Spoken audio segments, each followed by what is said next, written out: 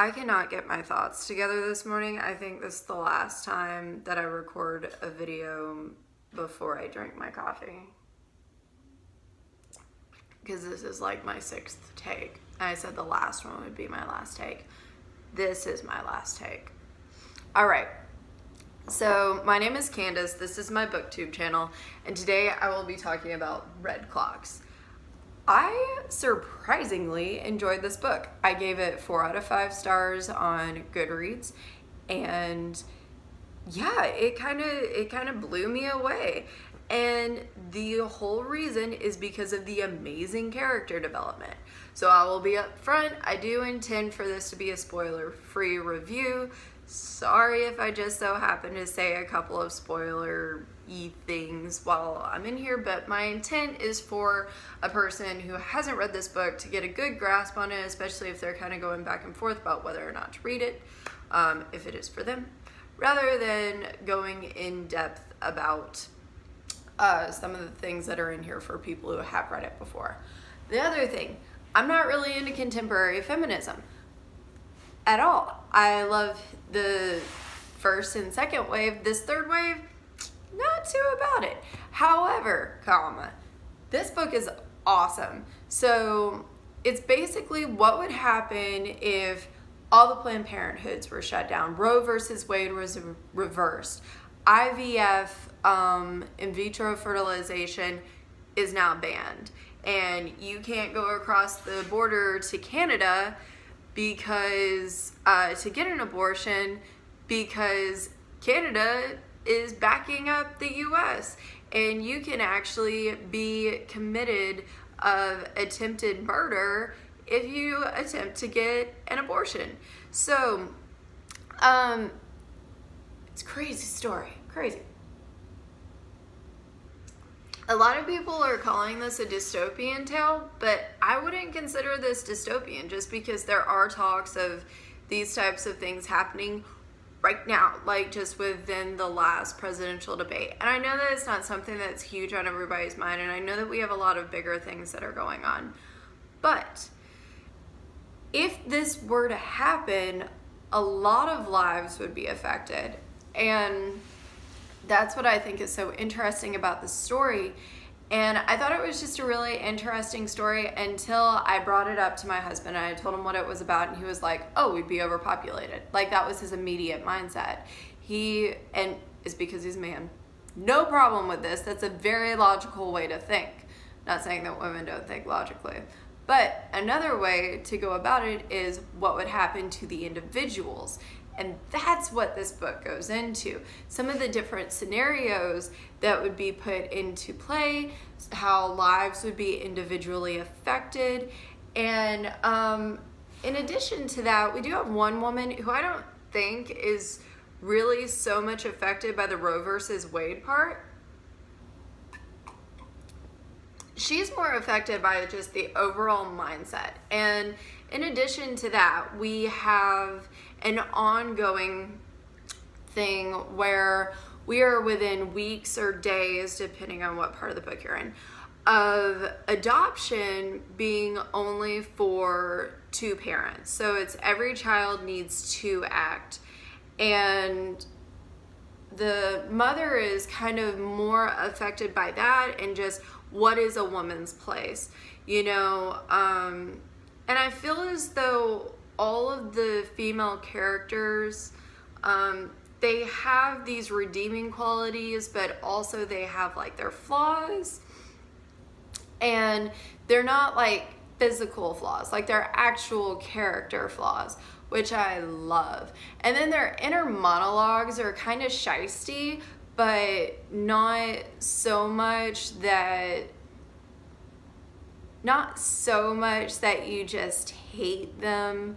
I was going back and forth about whether I liked a couple of them, but then you know, you learn more about them. It's like everybody has a struggle going on, so you might as well just not be crappy to anyone. That's kind of how I feel as though I would have interacted with these women. But it's very interesting. And then we have the Mender, which is basically the witch. And she is just this interesting little lady, and she's kind of like the woman that we all secretly want to be, or I don't know, I guess all the introverts kind of want to be, just living out in the woods. You got your goats, you got your cats, and you got like nature around you, and nobody is there to disturb you. And she is the one who helps out women when the medical system is kind of failing them. So it's interesting to see it from her part too, and the how all of these women are brought together, because all of their storylines do intersect and weave in and out. And I thought it was going to be really cheesy at first, but I actually like how it was done. I thought that the storyline was, oh, it was crafted so well. I mean, the only reason why I did not give this book 5 out of 5 stars, honestly, is because I thought that some of the imagery in regards to female anatomy was just, it was just too in your face. I mean, we could have had that once, maybe twice, and we get the picture, you know. We didn't, oh, is that a blue jay in the window? Oh my goodness. I want to get my camera. Anyways, so that is a beautiful bird. I'm going to keep filming. So the it wasn't done so much that I had to put the book down. It was in the beginning a little bit, which made it, I really didn't get that far into it the first day that I read it. But once I got past it, and once I was able to look past it, the story itself is just, it's just great. Like, that's the only reason why I didn't give it 5 out of 5 stars. I feel as though without that, the story would have been just fine. The message would have still been just fine. And we didn't have to, like, nail it on the head so much. But anyways, those are my thoughts about Red Clocks. And a lot of people have said that if you like Handmaid's Tale, you're gonna like Red Clocks.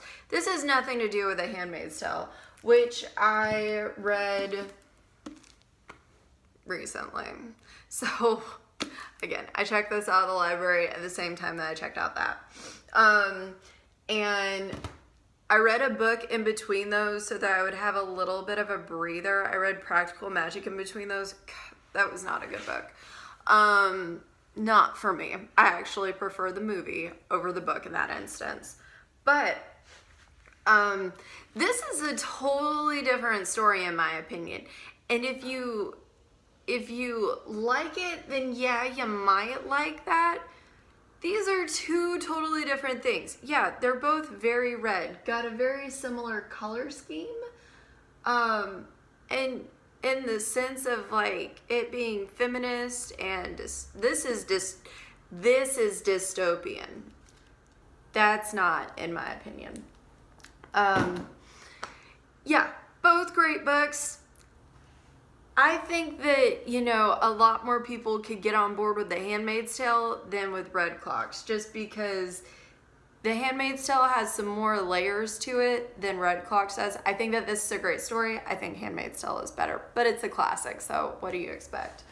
If you're interested in what I am reading next, I plan on reading 2 books at one time. I have never done this before. This is a big venture for me. So I checked out this book because I saw it and I love communication and I love language. So How Language Began, it's actually a nonfiction book, and I just love being the first person to check out a book. So excited. So this one is a little bit under 250 pages, but I only have a few days before I have to go out of town for 3 weeks, so I really need to return these to the library. But I also really wanted to read The Snow Child, and it is so cold outside right now, so I'm going to read this too. So I'm going to be trying to read 2 books at one time. We'll see how that goes. But anyways, that's my wrap up of Red Clocks. I was also the first person to check this out of my library too. I don't know why that's so exciting for me. But, anyways, let me know what you think. If you've read it before, if maybe you're thinking about reading it now, maybe you're thinking you better not. I may actually end up buying this one. I loved it so much. But questions, comments, concerns, whatever, leave it down below. Like, subscribe if you want to see more. And thank you very much for checking out my video. Have a great day.